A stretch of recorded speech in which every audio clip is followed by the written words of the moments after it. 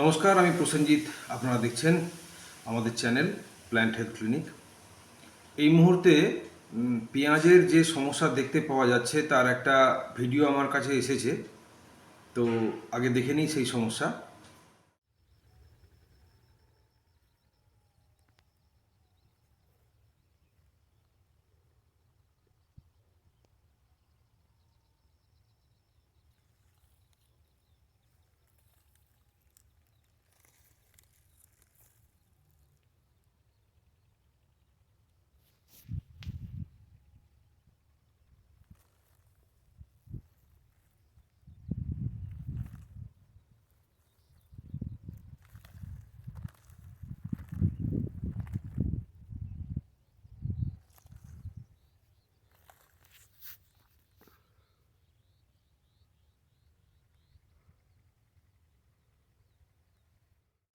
আমরা পেঁয়াজের সমস্যার দুটো জিনিস দেখতে পেয়েছি। ভালো করে যদি ভিডিও দেখি, যে জমি থেকে ভিডিও এসেছে সেটা হচ্ছে ওপর থেকে যেন মনে হচ্ছে পেঁয়াজ গাছ পুড়ে পুড়ে যাচ্ছে এবং নিচের দিকে নামছে। আর একটা আরও মাইনিউটভাবে যদি আমরা দেখি তাহলে দেখব যে সবুজ অংশ যেটা আছে, পাতার সবুজ অংশ যেটা আছে, সেখানেতেও কিন্তু একটা হলুদ ছাপ ছাপ দাগ কিন্তু আমরা দেখতে পাচ্ছি। যদিও এটা একেবারেই ইনিশিয়াল স্টেজ, অর্থাৎ প্রাথমিক স্টেজ। এখানেতে দুটো জিনিস আপনাদের মনে হতে পারে। প্রথমত, ওপর থেকে পুড়ে পুড়ে আসছে, এটা কোনো রোগ আপনাদের মনে হতে পারে। অথবা আপনাদের নিচের দিকে যে হলুদ হলুদ হালকা ছাপ দেখতে পাওয়া যাচ্ছে, সেটাও কোনো রোগ মনে হতে পারে। এক্ষেত্রে আপনাদের মনে করিয়ে দিই, যদি এই ধরনের ওপর থেকে পুড়ে পুড়ে আসে তাহলে বুঝবেন এটা কিন্তু কোনো রোগ নয়। এটা চষি পোকা লাগে। থ্রিপস বলে এক ধরনের পোকা আছে, বা চিরুনি পোকা বলে এক ধরনের পোকা আছে। এই পোকা যদি লাগে তাহলে রস চুষে খায়, তারপরেই শুকিয়ে শুকিয়ে নিচের দিকে নামতে থাকে।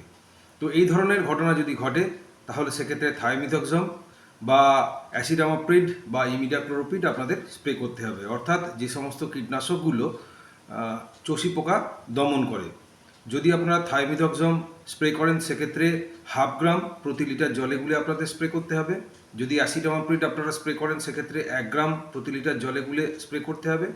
যদি ইমিডাক্লোরোপিড আপনারা স্প্রে করেন সেক্ষেত্রে 8 মিলিলিটার প্রতি 15 লিটার জলে গুলে স্প্রে করতে হবে। তবে মনে রাখবেন, আপনি যখন 15 লিটারের ট্যাঙ্কি গুলবেন তাতে 15 ml স্টিকার অবশ্যই মেশাবেন। তার কারণ পেঁয়াজ এর ওপরতে যদি জল পড়ে ঠিকমতো ধরে না।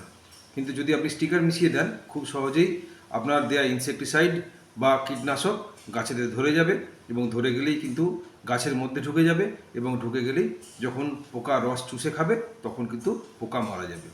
দ্বিতীয়ত, পেঁয়াজের ক্ষেত্রে যখন দেখবেন এরকম হলুদ হলুদ ছাপ দেখতে পাওয়া যাচ্ছে, বুঝবেন কিন্তু আপনার জন্য এটা ভালো নয়। এক ধরনের এটা ছত্রাক ঘটিত রোগ। একে দমন করার জন্য আপনাদের যেটা করতে হবে, অ্যাজক্সিস্ট্রবিন প্লাস টেবুকোনাজোল এই গ্রুপের ফাঞ্জিসাইড বা ছত্রাকনাশক, এটা 1.5 মিলিলিটার প্রতি লিটার জলে গুলে আপনাদের স্প্রে করতে হবে।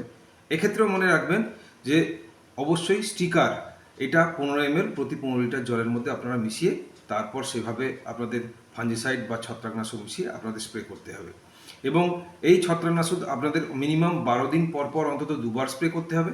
আর ইনসেকটিসাইড অন্তত 7 দিন পর পর আপনাকে 3বার আপনাকে স্প্রে করতে লাগবে। তবেই কিন্তু আপনি ঠিকমতোভাবে দমন করতে পারবেন। আশা করছি আপনাদের যদি কোনো অসুবিধা হয় অবশ্যই আমার হোয়াটসঅ্যাপ নাম্বারেতে ভিডিও করে পাঠাতে পারেন। ভিডিও করার সময় আপনারা সমস্যা মুখে বলবেন, ভালোভাবে ভিডিও করে আমাকে পাঠাবেন। যদি কোনো ওষুধপত্র দিয়ে থাকেন সেই ভিডিওতে বলে আমাকে পাঠাবেন। তবে আমার নাম্বারেতে ফোন করবেন না, আমি হোয়াটসঅ্যাপেই আমাকে একটু সময় দেবেন 5-6 ঘন্টা, আমি অবশ্যই উত্তর দেওয়ার চেষ্টা করব। নমস্কার।